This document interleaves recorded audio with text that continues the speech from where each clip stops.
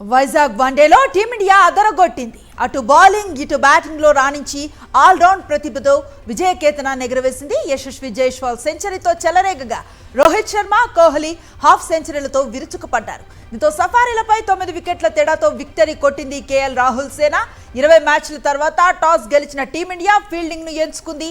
Opener de Kock సెంచరీలతో వీరవిహారం చేశాడు. 89 బంతుల్లో 6 సిక్సర్లు, 8 ఫోర్లతో Indian బౌలర్లను ఆడుకున్నాడు. అయితే ఆ తర్వాత వచ్చిన ఏ సఫారీ ఆటగాడు స్టాండింగ్ ఇవ్వలేదు. 300 పరుగులు దాటుతుంది అనుకున్న సౌత్ ఆఫ్రికా స్కోర్ కాస్త 270 పరుగులకే కట్టడి చేశారు. డికాక్ అవుట్ అయ్యాక ఇండియన్ బౌలర్లు రెచ్చిపోయి త్వరగా మిగిలిన సఫారీ ఆటగాళ్లను పెవిలియన్ కు చేర్చారు. ప్రసిద్ధ్ కృష్ణ, కుల్దీప్ యాదవ్ చెరో 4 వికెట్లు తీశారు. అనంతరం బ్యాటింగ్ కు దిగిన టీమిండియా ఓపెనర్లు రోహిత్ శర్మ, జైస్వాల్ ఆది నుంచి ఆచితూచి ఆడారు. వీలు చిక్కినప్పుడల్లా స్కోర్ను పరుగులు పెట్టించారు. వీరిద్దరి పర్సనల్ స్కోరు 30 దాటాక స్పీడ్ పెంచారు.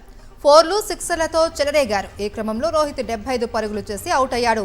జైస్వాల్ 121 బంతుల్లో 2 సిక్సర్లు, 12 ఫోర్లతో 116 పరుగులతో నాట్అవుట్ గా నిలిచాడు. విశాఖ వేదికగా వన్డేల్లో తొలి సెంచరీ నమోదు చేసుకున్నాడు జైస్వాల్.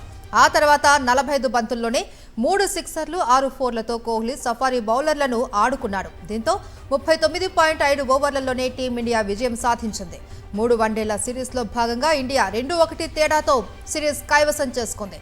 టెస్ట్ సిరీస్లో ఓటమికి ఈ గెలుపుతో ప్రతీకారం తీర్చుకుంది టీమిండియా.